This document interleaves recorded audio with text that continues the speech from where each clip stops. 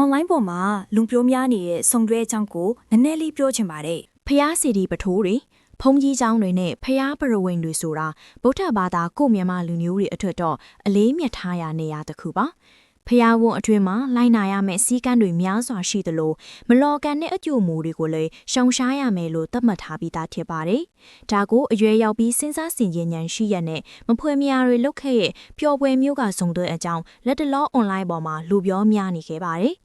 ပျော်ပွဲမျိုးအင်ချင်းကုန်းကျေးရွာကဖုန်ကြီးเจ้าတစ်เจ้าငယ်တိန်တော်ထဲမှာစုံသွဲတွဲကမဖွယ်မယားလုတ်ဖို့ပြင်ဆင်နေချိန်မှာဖုန်ကြီးတစ်ပါးကတိရှိသွားခဲ့ပါတယ်။ဒါကြောင့်အဆိုပါစုံသွဲကိုတိန်ထဲကထပ်သွားဖို့မောင်းထုတ်ရင်းအရှက်မဲ့တဲ့လုပ်ရက်ကိုလူတိုင်းသိစေဖို့ဗီဒီယိုကိုရိုက်ကူးထားပြီး online မှာတင်ခဲ့ပါတယ်။ကိစ္စတွေကိုဖြေရှင်းလို့ရရဲ့ဟော့တယ်တိတ်ခိုကောင်းတွေများစွာရှိရသားနဲ့လားအခုလိုဖုန်ကြီးเจ้าအတွင်းမှာလာရောက်ဖြေရှင်းတာကအတော်ကိုအကြီးတန်းလွန်းသွားပါတယ်။အထူးသဖြင့်တိန်တော်ထဲမှာချစ်တာကြောင့်ဒီကိစ္စကဘာသာရေးအယူအဆကြည့်ရင်လည်းအဖြစ်များလာပါတယ်။တိန်တော်ဆိုတာဖလားသားတော်တန်ကာရီပဲတီးတန့်ဝင်ထွက်ရနိုင်တဲ့နေရာကောင်းနေရာမဲ့တစ်ခုဖြစ်ပြီးလူပုဂ္ဂိုလ်တွေလုံးဝဝင်ထွက်ခွင့်မရှိတဲ့နေရာပါ။ဒီလိုနေရာမျိုးမှာမဖွဲ့မရလွတ်တာကဘာသာရေးအရာဆိုလဲတိတ်ကိုအဖြစ်ကြီးစေပါတယ်။ဒါတွေမကပဲတာမန်လူချင်းတွေအရာကြည့်မယ်ဆိုရင်လည်းအင်မတန်ဆိုးရွားလာတဲ့ကိစ္စတစ်ခုဖြစ်ပြီးတာဒနာနယ်မြေထဲမှာလာရောက်ဖြည့်ရှင်းတာကဘာသာတာဒနာကိုစော်ကားလိုက်တယ်လို့ပါပဲ။တာဒနာနယ်မြေမဟုတ်ပဲ